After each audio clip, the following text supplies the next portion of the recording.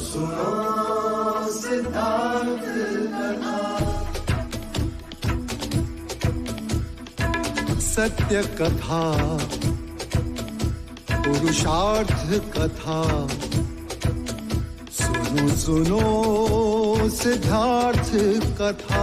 चढ़ते सूरज सा तेजवान वो कीर्तिमान, हुंकार भरे जब कूच करे, थर थर कांपे आसमान। वो राजपुत्र वो शूरवीर, पर्वत को भेद दे उसके तीर, शांति का स्रोत करुणा की धार, निर्झर झरे मन से अपार। वो राजपुत्र वो शूरवीर, पर्वत को भेद दे उसके तीर, है शाक्य वंश का वो तारा, जगमग है जिससे जग सारा। सत्य कथा, पुरुषार्थ कथा, सुनो सुनो सिद्धार्थ कथा।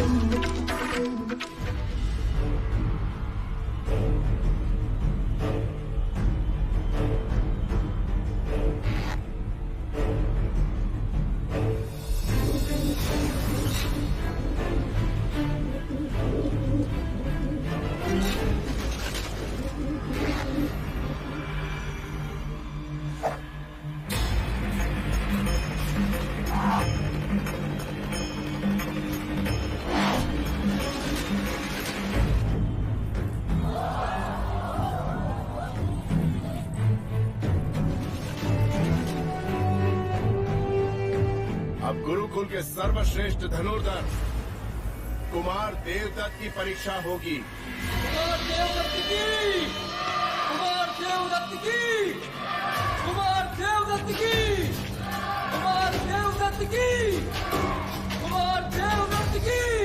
देखना महादेव, देवदत्त चुटकी बजाते ही लक्ष्य भेद देगा। उससे श्रेष्ठ दूसरा धनुर्धर कोई है ही नहीं। हाँ, सुना है। अनुज अमितोधन बता रहे थे, उससे उत्तम कोई नहीं।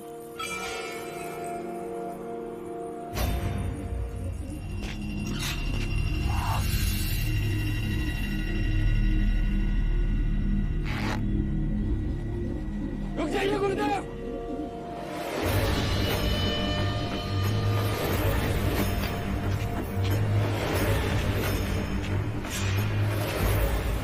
क्षमा गुरुदेव, परीक्षा के लिए क्या मूक पक्षियों को लक्ष्य बनाना उचित है? परीक्षा में धनुर्धर की योग्यता को परखना होता है। क्या युवराज के पास कोई और विधि है?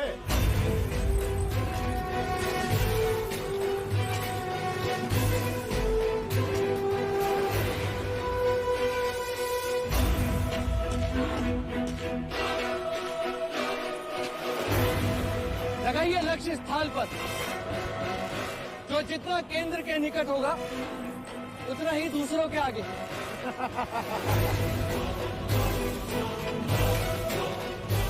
युद्ध में थाल और कटोरों में बाण नहीं चलाते अनुज, रणभूमि में क्षत्रिय जीवन और मृत्यु पे खेलते हैं। अरे यदि उड़ते पक्षियों को नहीं मार सकते तो शत्रु तुम्हें मार देंगे।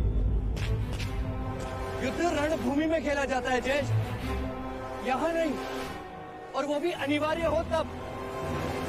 यहाँ तो केवल परीक्षा के लिए निर्दोष पक्षियों को लक्ष्य बनाया जा रहा है, ये उचित नहीं। उपदेश साधु संत देते हैं, कहते रहे यहाँ तो केवल परीक्षा दी जाती है, भीरुता के व्यर्थ कारण नहीं। कुमार देवदत्त सत्य कह रहे हैं, होने वाले सम्राट को लक्ष्य का छोड़ देगा।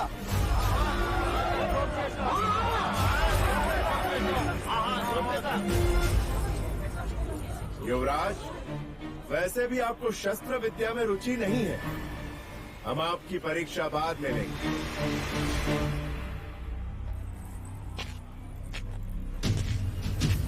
गुरुदेव, आज एक नहीं दो पक्षी उड़ाइए,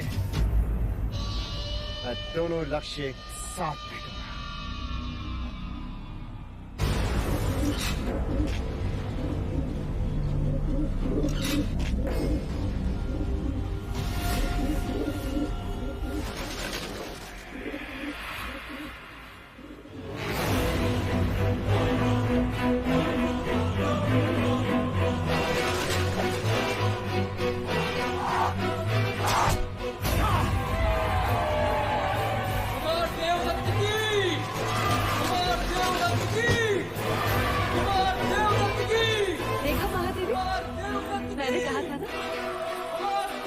से बड़ा धनुर्धर कोई है ही नहीं। देवदत्त की!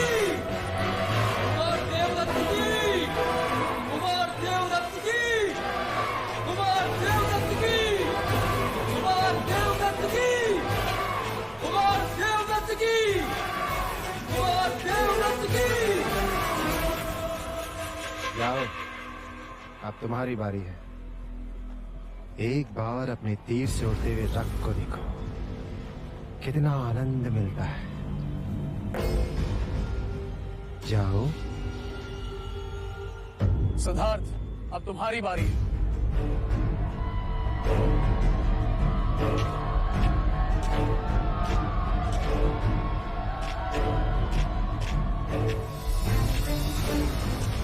क्षमा करें गुरुदेव, मैं ये परीक्षा नहीं दे सकता।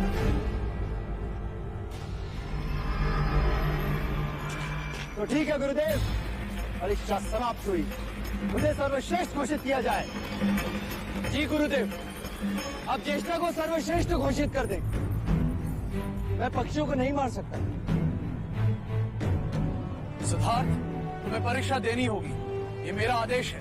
गुरुदेव, आप मेरी यही परीक्षा लेना चाहते हैं ना कि मैं धनुर्विद्या में निपुण हूं कि नहीं? तो लक्ष्य कोई दूसरा भी हो सकता है। हो सकता है। हाँ, हो सकता है, लेकिन लक्ष्य उतना ही कठिन होना चाहिए जितने ये उड़ते हुए पंछी।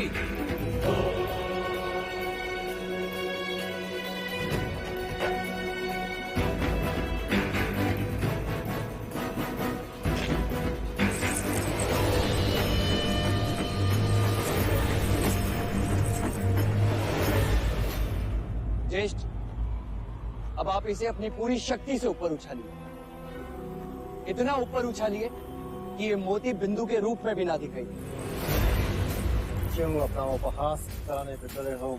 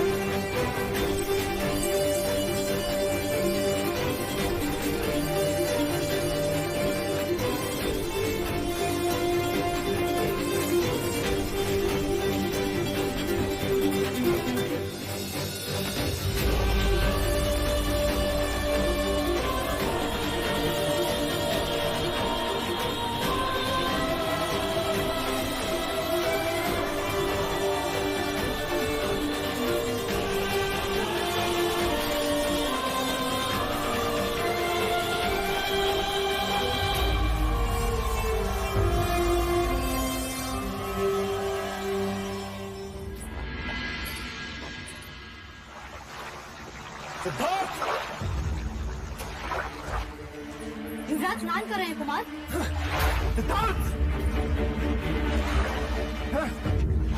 अपने आप श्रेष्ठ घोषित करवाना था तो अहिंसा का ढोंग क्यों किया? सबके समक्ष मुझे क्रूर दिखाने के लिए? अरे क्या तो मैं भी पक्षियों की जगह तुम्हारे गले के मोती को भेज देता, लेकिन मुझे तो मेरे प्रिय अनुज ने अवसर तक नहीं दिया। इतना बड़ा कपट!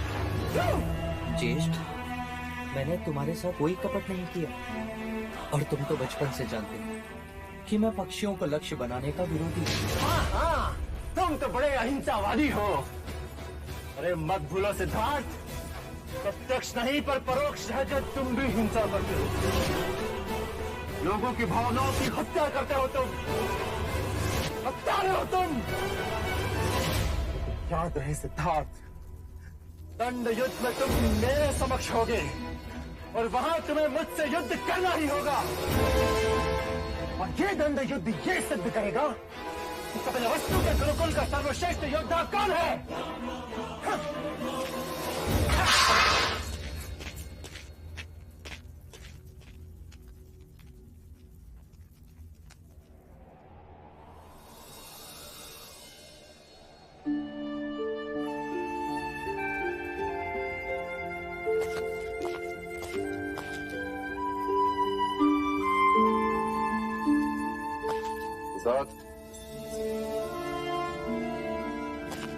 आप मुझे बुला लिया होता। मुझे लगा तुम दंड युद्ध के लिए अभ्यास कर रहे हो, परंतु तुम यहाँ तो चित्र निकाल रहे हो। ये लाल रंग क्षत्रियों के उंगलियों पर अच्छा लगता है पुत्र, परंतु ये लाल रंग शत्रु के रक्त का होना चाहिए, ना कि चित्रकारी का। तुम्हारे गुरुजनों ने गुरुकुल में तुम्हें गीता का ज्ञान तो दिया ही हो, पूर्ण कंठस्थ है। केवल कंठस्थ करने से क्या लाभ पुत्र? जब तक उसमें कहे गए क्षत्रिय कर्म के उपदेशों का पालन न किया जाए। मैं कुछ समझा नहीं। तुम्हारे अहंसिक विचार सुनकर मुझे बड़ा खेद हुआ। जब तुम एक पक्षी को नहीं मार सकते तो युद्ध में शत्रु को क्या मारोगे? अहिंसा की बातें दुर्बल करते हैं, क्षत्रिय नहीं पुत्र। और तुम्हें क्षत्रिय हो, तुम्हें क्षत्रिय धर्म का पालन करना ही चाहिए। शाक्य कुल के भावी राजा हो तुम, अपने कुल की रक्षा के लिए न जाने कितने युद्ध करने पड़े तुम। कब तक क्षत्रिय एक दूसरे से युद्ध करते रहेंगे? राज्य की रक्षा करना उनका उत्तरदायित्व होता है पुत्र। पर क्या राज्य की रक्षा केवल युद्ध से की जा सकती है? विचार विमर्श के द्वारा भी तो प्रश्नों का हल ढूंढा जा सकता है। कायरता की बातें क्षत्रिय नहीं करते पुत्र। एक मनुष्य दूसरे को मारे, उसमें वीरता कैसे? अंत में कौन किस पर राज करेगा? अंत में वही राज करेगा जिसके हाथ में तलवार होगी पुत्र। और वो तलवार मैं तुम्हारे हाथ में देखना चाहता हूँ। चक्रवर्ती राजा के रूप, सम्राट के रूप में देखना चाहता हूँ। ये मत भूलो कि तुम शाक्य कुल के उत्तराधिकारी हो। प्रलय के समय यदि केवल एक ही मनुष्य को जीवित रहना पड़े तो वो केवल तुम्हें होना चाहिए पुत्र, केवल तुम्हें।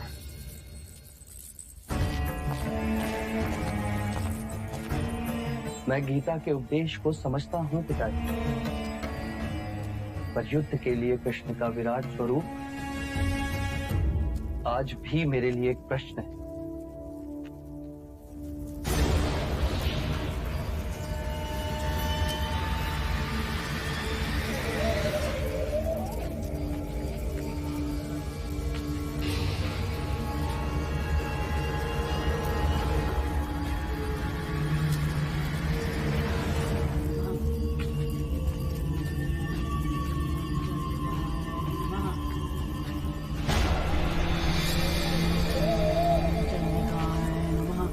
आ गई तू, कब से प्रतीक्षा कर रही थी। प्रणाम दादी। दादी, मंजली रानी आई हैं।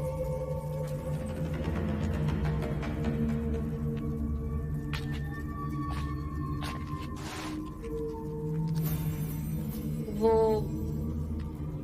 मेरा पुत्र। तेरा पुत्र हर समय क्रोध होता है, इसीलिए सब कुछ खोता है। जानती हूँ, इसीलिए यहाँ आई। कल अंतिम दंडयुद्ध होगा। मैं चाहती हूँ कि ये कील उठा ले। जिससे भी वो युद्ध करने वाला है, उसके दंड में ये कील ठोक देना। वो कभी भी तेरे पुत्र पर प्रहार नहीं कर सकेगा।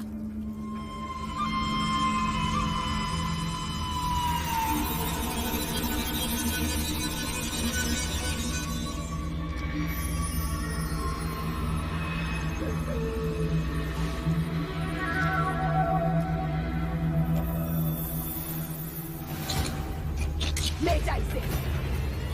देने वाली को तू क्या देगी?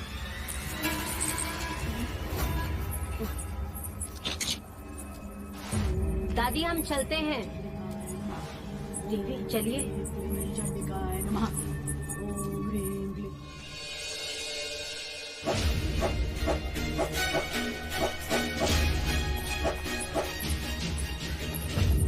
देवदत्त,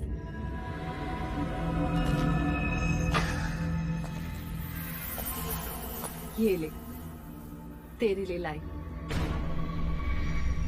ये क्या है माँ? विजय श्री। एक माँ अपने पुत्र के लिए विजय लेकर आई है। अब सिद्धार्थ कभी भी तुझे दंड युद्ध में पराजित नहीं कर सकता। मैं कुछ समझा नहीं माँ। ये कील तुझे सिद्धार्थ के दंड में ठोकनी है। फिर देखना, वो तुझ पे प्रहार ही नहीं कर पाएगा। हो गई ना तेरी जीत निश्चित?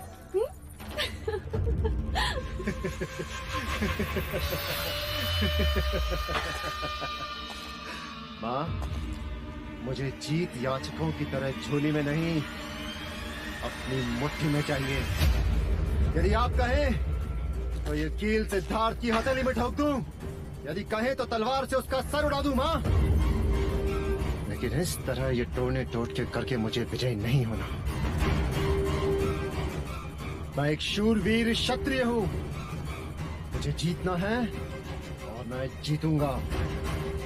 और जीत का महत्व तब होता है जब एक योद्धा अपने शौर्य और वीरता से युद्ध को जीते। लेकिन आप ये नहीं समझेंगे, क्योंकि आपको अपने पुत्र की योग्यता से अधिक विश्वास इस कील पर है।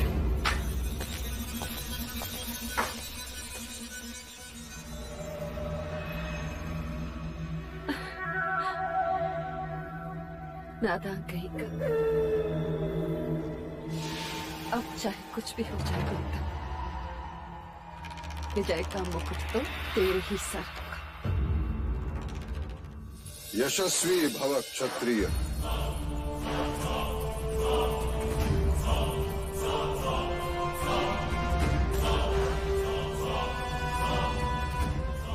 मंगला दीदी का भी आशीर्वाद लो पुत्र।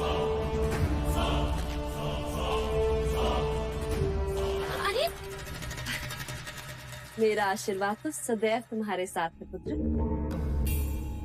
पर आज तो मैं तुम्हारे इस शस्त्र को भी आशीर्वाद देना चाहती हूँ।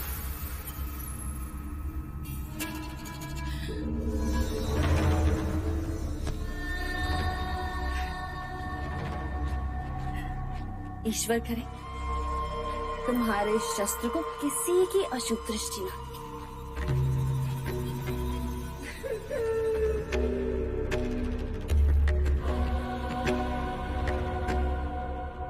ईश्वर तुम्हें देवदत्त का सामना करने की शक्ति दे। लो।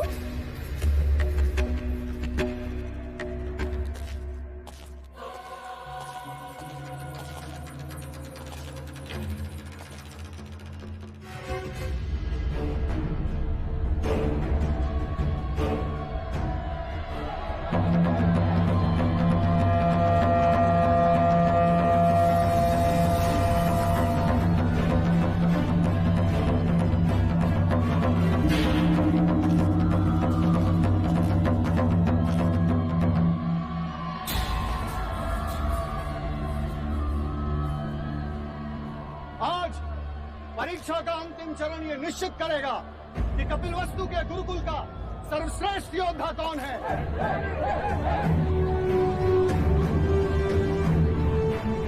तो परीक्षा के अंतिम दो प्रतिस्पर्धी अपनी दंड विद्या का परिचय देने पधार रहे हैं। राजा द्रोणोदन के सुपुत्र कुमार देवदत्त।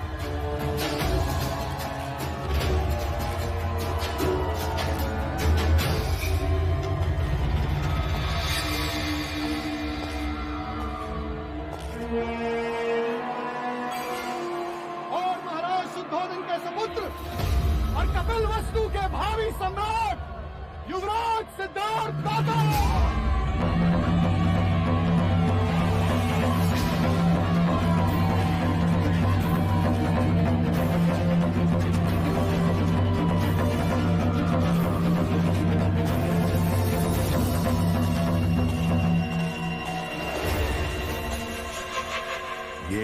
दंड और कर लो अपनी मंशा पूरी।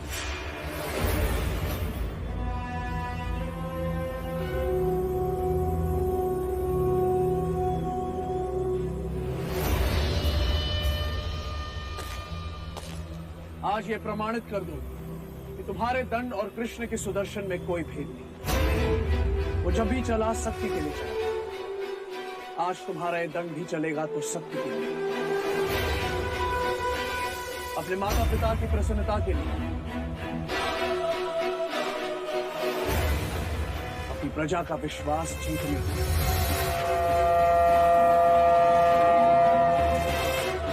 जाओ विजयी।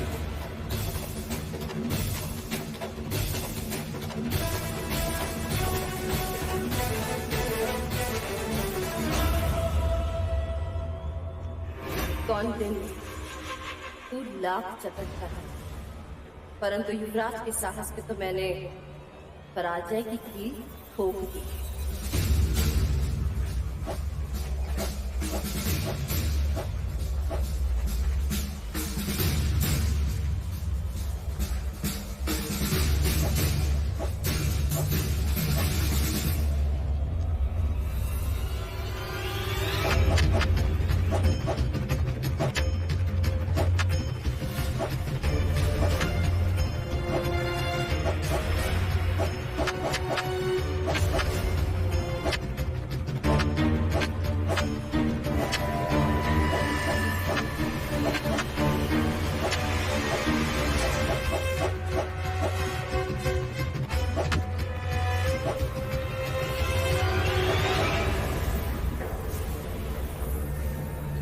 ये तुम्हारे युवराज प्रतिवार क्यों नहीं कर रहे? तुम्हारे युवराज मतलब? युवराज तुम्हारे भी तो हैं। हाँ, मेरे भी तो हैं।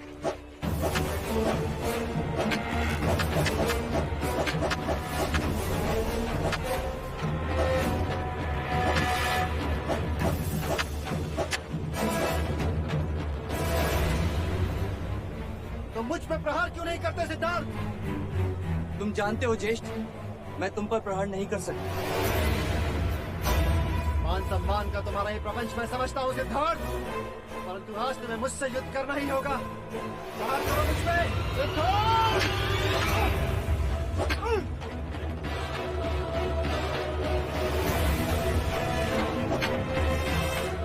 सिद्धार्थ प्रहार करो या अपनी हार स्वीकार करो।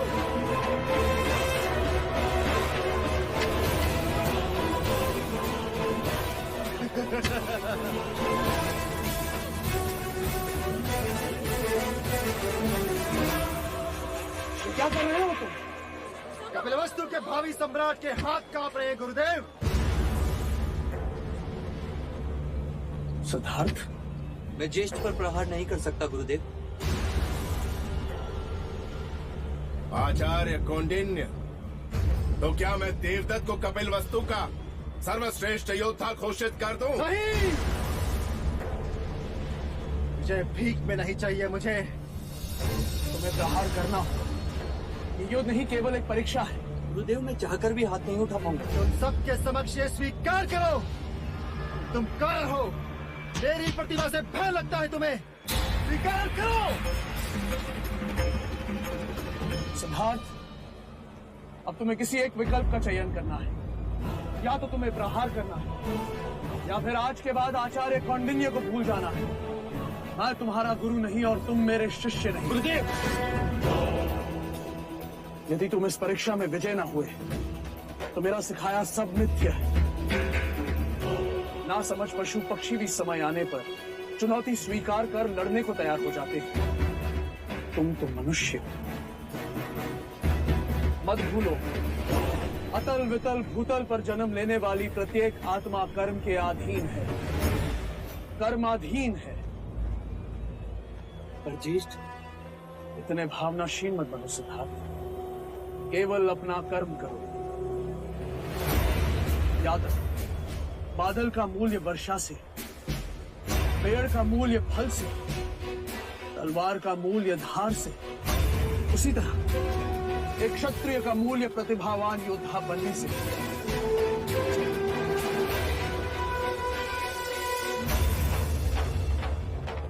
सिद्धार्थ, मैं जा रहा हूं। यदि मुझे रोकना चाहते हो तो युद्ध करो।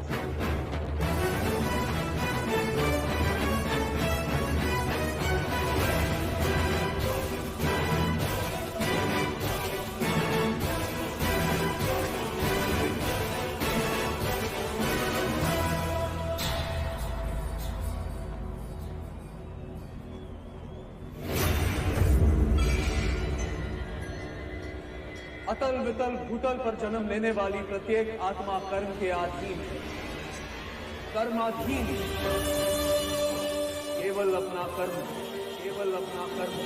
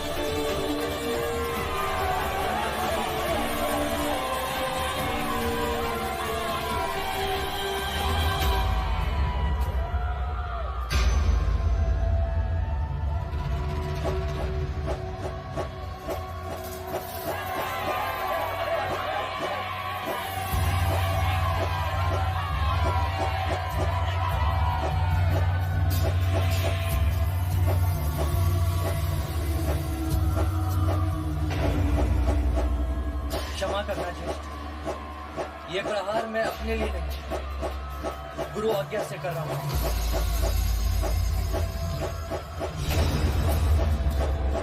पहला प्रहार गुरु के लिए,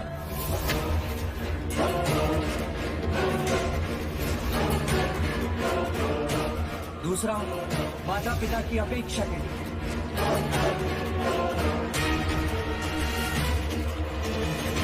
तीसरा प्रजा का विश्वास पाने के लिए,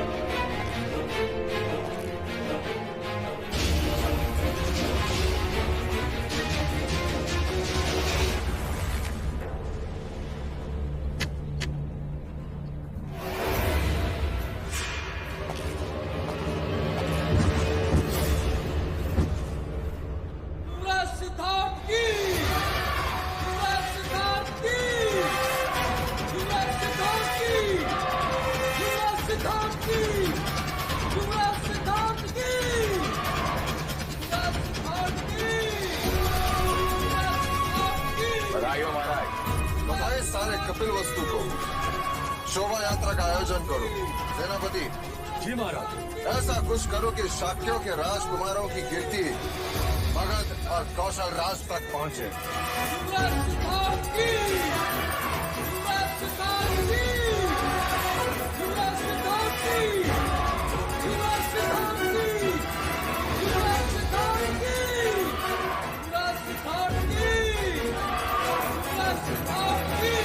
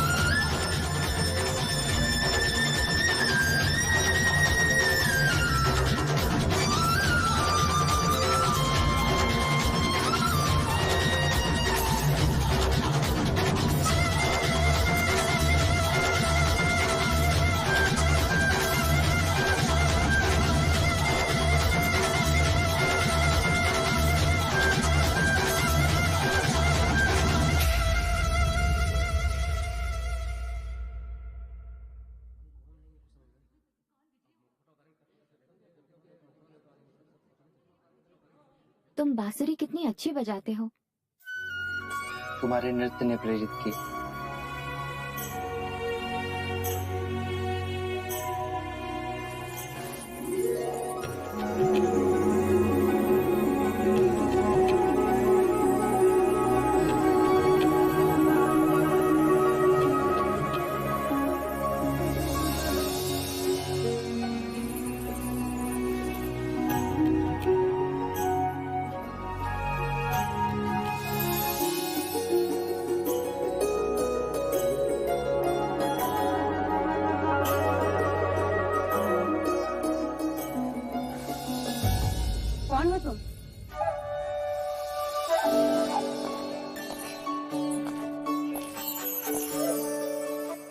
प्रश्न के उत्तर में मैं आपसे एक प्रश्न कर सकती हूँ महादेवी? मैं आपको क्या कहकर पुकारूं? मामी या बुआ? यशोधरा, यशोधरा,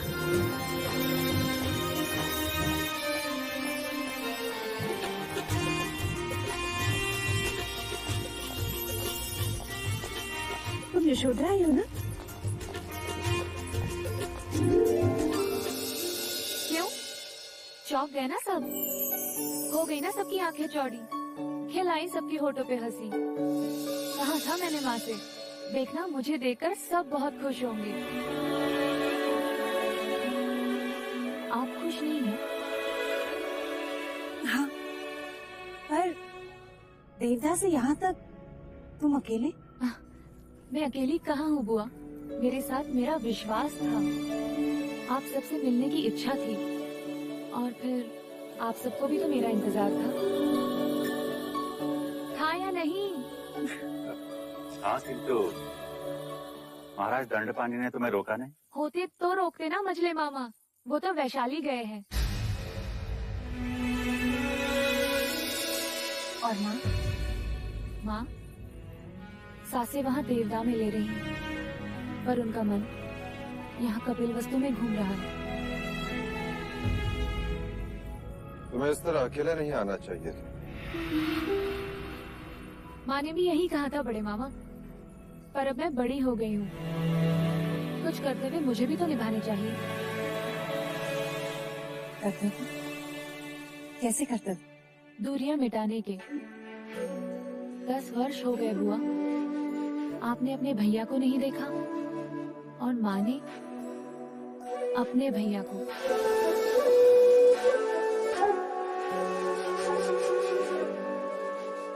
तुम्हारे रूप में मुझे अमिता दिखाई दे रही, और तुम्हारे शब्दों में उसे सुन रही। मैंने तो कह दिया था माँ से कि मुझे जाने दो, मामा और पिताजी के बीच जो भी अनबन हो, पर मैं बन बन करके संबंध बनाकर ही वापस आऊंगी।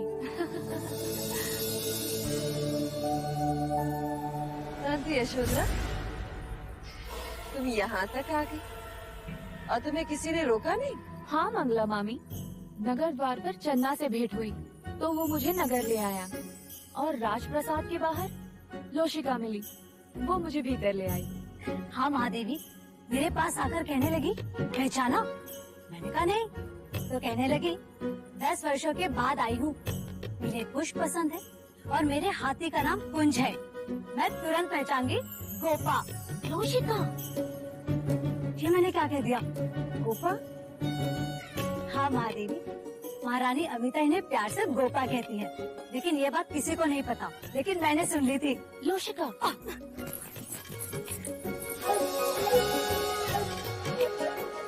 गोपा, अच्छा ना।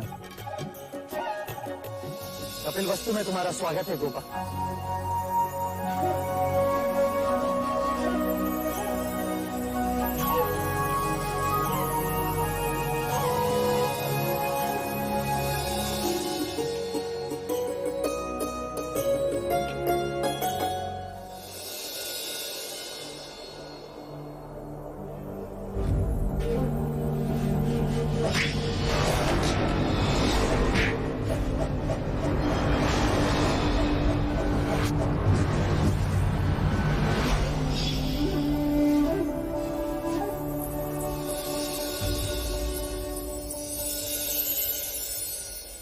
ये अच्छा स्वागत है।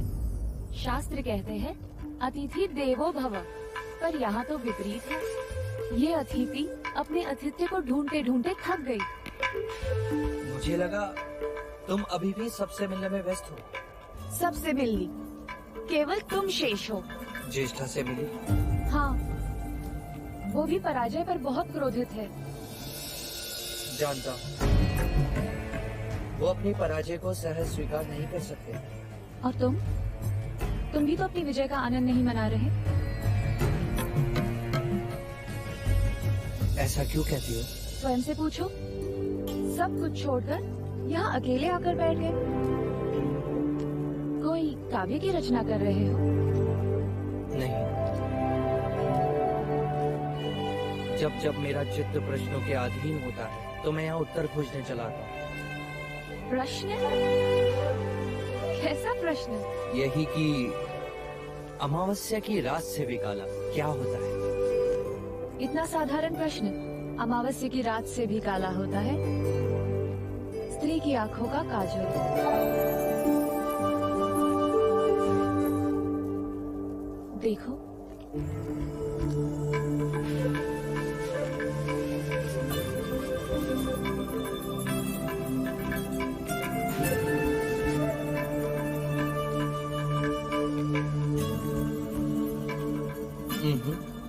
कलंक। अब बताओ, जल से पता क्या होता है?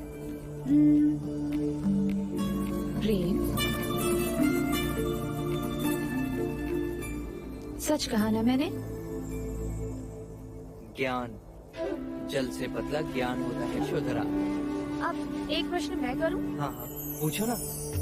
तुम केवल अच्छी बांसुरी बजाते हो या सिखा भी सकते हो? तुम चाहो तो सिखा भी सकता हूँ। कहते हैं ज्ञान और खुशियाँ बांटने से बढ़ती हैं यशोधरा। गोपा, गोपा अच्छा नाम है ना? पहले एक सुर सीखी, केवल फूको इस तरह।